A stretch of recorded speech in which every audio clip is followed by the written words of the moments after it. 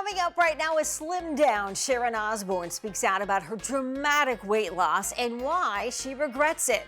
Also coming up, move over, Flower Girls. One bride is starting a new tradition and it involves Fireball. And later, find out how to make your own bloomin' onion with our friend Soozie the Foodie. We've got your life and style guide from A to Z starting right now on Life Love Shopping.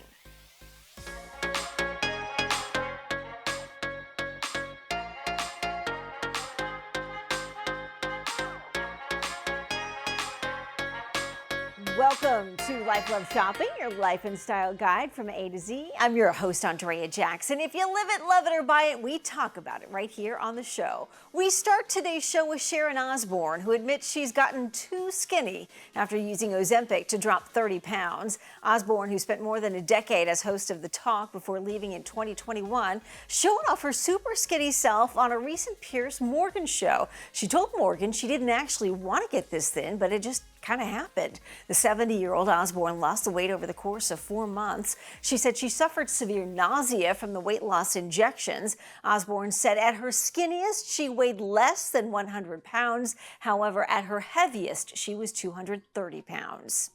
Pop sensation Taylor Swift can add one more era to her status, billion era. Swift's net worth has just surpassed $1 billion thanks to the Eras Tour and her recently re-recorded albums. She did the re-recordings in order to own the rights to her entire catalog.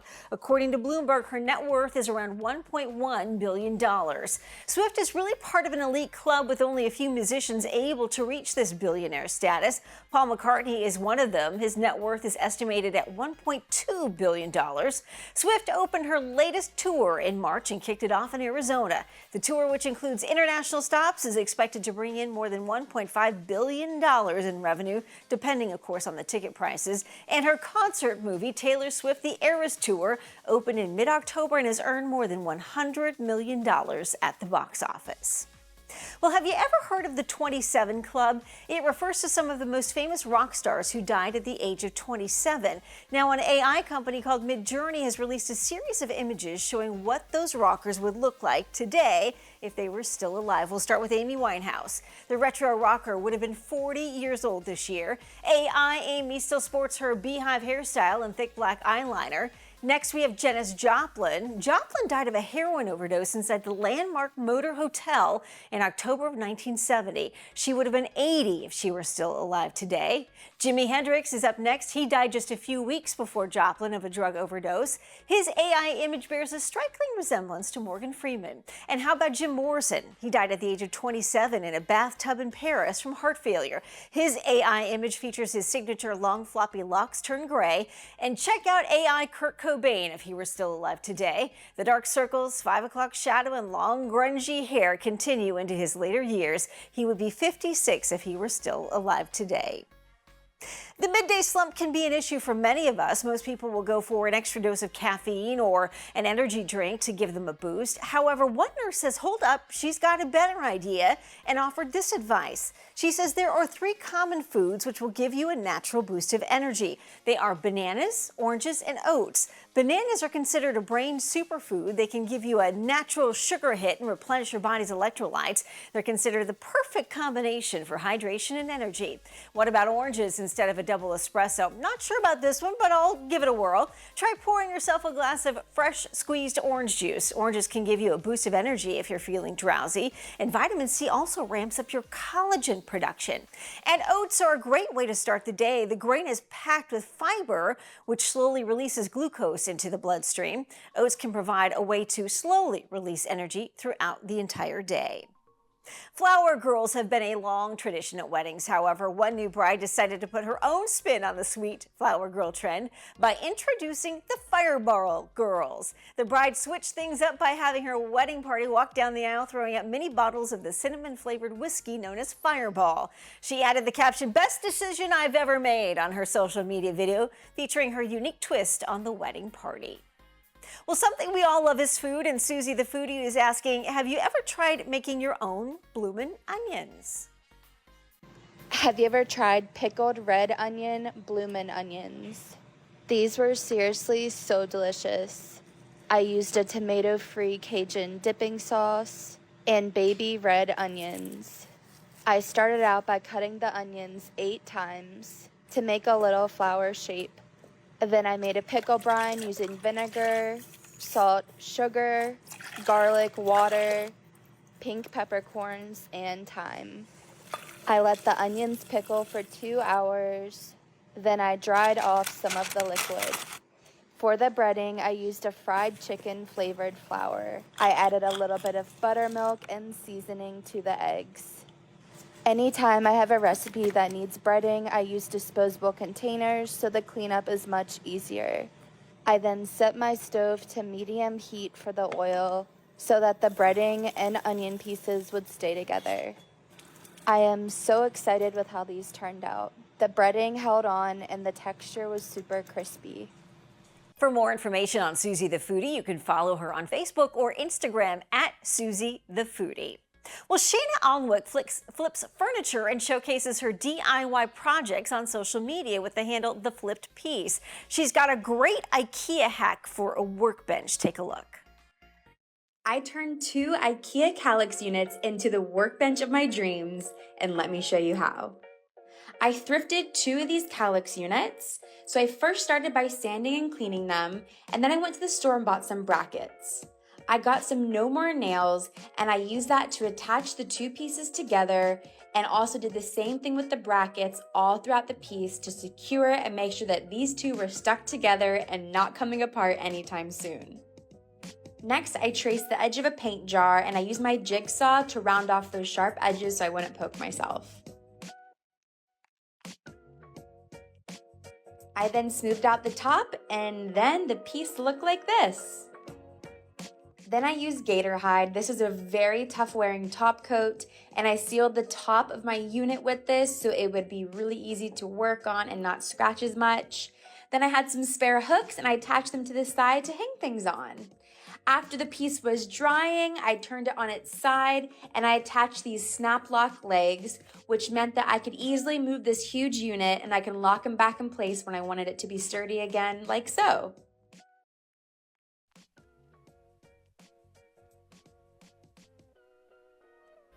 Candy fans received some surprising news when the true meaning of Twix was revealed. Fuji on Twitter wanted to confirm the name was short for Twin Biscuit Sticks. Mars, the maker of Twix, responded with close and then replied that the name is short for Twin Sticks. The 2 bars of caramel and shortbread covered in chocolate came to the U.S. in 1979. Stay with us. Life Love Shopping continues in just a moment.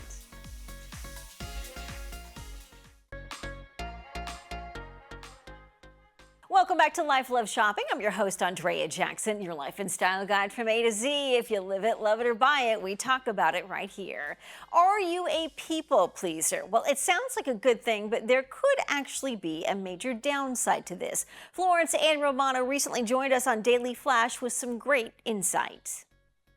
So tell us how people pleasing can have a negative impact on our self-esteem and personal growth. Coming from a recovering people pleaser, you could say, I have a hard time with this too. I think everybody does. And, people pleasing, like you said, it sounds like it's a good thing, but unfortunately, it sometimes creates a lack of boundaries for yourself. It can affect your self-esteem. It can affect your authenticity, your self-worth. And also, sometimes it creates a facade for you. You start to act a certain way with certain people because you want to fit in, or you want them to like you, or you want to match their energy, or, think, what they're doing is cool and you want to be cool like them. These are kind of like almost grammar school lessons that, you want to fit in with a certain crowd. We kind of do that as we get older in a lot of ways, even as adults. And so this people pleasing concept, it can get us in a lot of trouble and can let us feel really depleted and also kind of bad about ourselves as well. Yeah, I think that's a great point. Sometimes we walk into a room and we're more reactive than we are proactive. Right. And I just heard a really great saying, don't set yourself on fire to keep other people warm. And I thought, that is so true. It's so true. And we want to be accommodating. We want to be compassionate people, right? And so it makes sense that you want to put others' feelings first. And there's nothing wrong with living a life in service of others and being kind and showing up for people. But there's a fine line that we have to walk. And you want to remember too, what are your values as a person? You want to align those with the people you're surrounding yourself with. So if you're starting to fit yourself into a box so you can fit in with someone else, I don't know if that's the right relationship for you. Friendship, romantic, whatever it is, you need to think about, are you showing up for yourself in the most authentic way? Yeah, and I think personal boundaries are really important here. It's something we throw around and we hear all the time, but explain that for us. Boundaries. I always say it's like a dirty word. People are like, don't say boundaries to me, because people automatically get really defensive about it. They're like, what am I doing wrong? And don't critique me. And boundaries are really there, not just to protect yourself, but to protect other people too. It's making sure that there is that respect, that you're listening in terms of what someone needs, someone wants, what you need, what you want. Boundaries are there to really keep you safe and to keep other people safe. So don't be afraid to explore what boundaries mean to you. And maybe a boundary, for example, is it could be in your family where, your mother-in-law shows up unannounced all the time and you're like, hey, this isn't working for me. And you have to have a conversation about respecting those boundaries, but saying it in a way that's going to land correctly, that's going to make sure that there's a result for you, that is going to work for both parties, that there's going to be a compromise. You can stand up for yourself, but you don't have to be mean about it. Say what you mean, but don't say it mean. I think that's a really good lesson. That's good, but we live in this age where everybody's feelings seem to get hurt so easily. You say open and honest communication is key. Explain. Again, open and honest communication, again, I think gets a bad rap because we feel, again, that, we have to stand up for ourselves and we need to, light the world on fire with it. And I think there's a time and a place for that energy that you're bringing to the table. So remember, what is the intention you have and how are you going to get there? Think about that before you start speaking, Florence, because that's going to hopefully get you there. Thank you so much. To get a copy of Florence Ann's book, Build Your Village, please visit florenceann.com. Florence Ann, always great to chat with you. Terrific advice.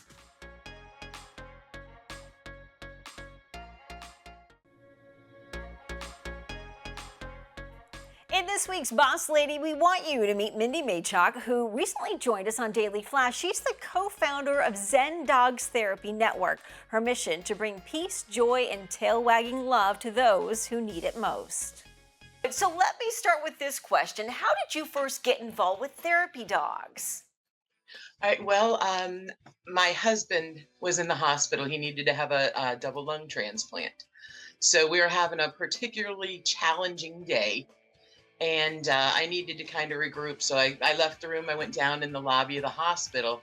And there was a woman standing down there. And she had a therapy dog. And she said, hey, do you want to pet my dog? And I said, well, sure. So I went over and I patted the dog. And it instantly took me to a lot better place. I was able to collect my thoughts and focus on, what we were dealing at hand there. So I decided right then when I got another dog, I was going to train it to be a therapy dog so I could actually give back to the hospital that had given me 8 extra years with my husband. That's a terrific story. You've got Woody right there in your lap. What makes Woody such a good therapy dog? Tell us about him. Well, first of all, she loves people. You can't really train a dog to want to go up to people. You can make them comfortable with it, but they need to want to have that attention from strangers. She's very loving. She's very intuitive. And I've trained her. It's a long process to kind of train them. You need to really socialize them and make sure that they're comfortable with all different kind of situations. I took her to Home Depot and things so that she could get used to shiny floors, loud noises, strangers approaching her. But overall, she just loves people. Oh, that face. It is so adorable. I got to get to this. We've got some video and some images to share with our viewers. Tell me about the work you do in the community. Well, our Zen dogs, we all separately do our own thing. I do focus on the hospital, but as a group, we do a lot with first responders. I don't think a lot of people understand on a daily basis what they see and what they do. So we do try to go to a lot, fire stations, emergency management.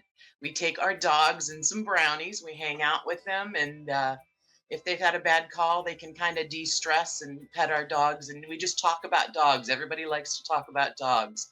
We do other things. We go to nursing homes. We go to a de-stress teen time at the library. We also do community events like we've done Out of the Darkness, which is a suicide prevention. That's always a tough one, but boy, the dogs get loved on. They get hugged, tears, and you leave and you're just glad you were there for everybody. But our group, we really try to outreach wherever we're needed. Why do you think dogs bring such peace to people in difficult circumstances? I mean, just having Woody on this morning just brings like a sense of awe and calmness. You see that face, and it just changes the tone or the energy of a room immediately. Right. Dogs don't judge. You know, dogs also don't tell. You can sit there and you can cry or hold or hug a dog, and they don't make any, like I said, judgment on you. I've read a lot of research, and it also shows, that when you pet a dog, it lowers your blood pressure. The good hormones, oxytocin, it increases that. I'm going to put her down real quick. She's sliding. And so I've read all of that research, but also I've seen it in action. I was at the hospital. There was a child who was having high blood pressure. She was nervous about a procedure that she was going to have. And I brought Woody into the room, and 4 minutes later, they retook her blood pressure, and it was down. So I've seen people hugging and loving, but I've also seen the physical aspects of what these dogs can do. It truly is incredible. For more information on Mindy and her therapy dogs, check out her Facebook page, Zen Dogs Therapy Network. Here at Life Love Shopping, we love to get social. You can follow us on all of our social media channels at Life Love Shopping on Facebook and at Life Love Shopping on Instagram. Welcome back to Life Love Shopping, your life and style guide from A to Z. I'm your host, Andrea Jackson. Gen Z loves shopping for doomsday, with Americans spending around $11 billion on survival kits within the last year. According to research done by Finder, the average prepper spent around $150 on items like food, water, toilet paper, and even first aid kits. About 40% of Gen Zers say they spent money on first aid supplies or doomsday kits, edging out 39% of millennials. Companies like Preppery and Judy offer a basic prep kit starting at around $100 and go into the thousands for the super advanced options. The core of their kits features a military-grade 3-day supply of food and water with a 5-year shelf life. Well, if you're shopping for a survival kit, you just might be a fan of the Hunger Games. Let's take a peek at the prequel. Here's the Ballad of Songbirds and Snakes. Welcome to the Capitol. You look like you shouldn't be here. I shouldn't, but I'm your mentor. A rebel. I am gonna get you out of here. If you want to protect people, then it's essential to accept what human beings are and what it takes to control them. You seem like a good man, Corleone Snow. I have seen what war does to people. Fueled with the terror of becoming prey. See how quickly we become predator? I want my enemies to see a rainbow of destruction engulfing the world. You're monsters! All of you! Good luck with that poor little songbird. Where is she?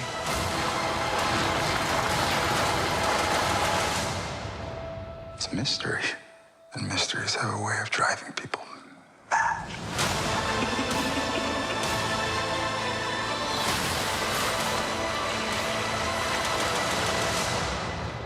Mr. Snow, let me ask you one final time.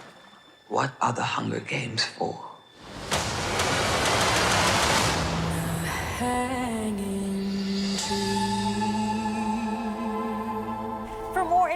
information on anything you've seen on the show today, head to our website, llsshow.com. You'll find previous episodes, information on all of our guests, where you can watch the show, and how to follow us on all of our social media channels. Thanks so much for joining us on Life, Love, Shopping, your life and style guide from A to Z.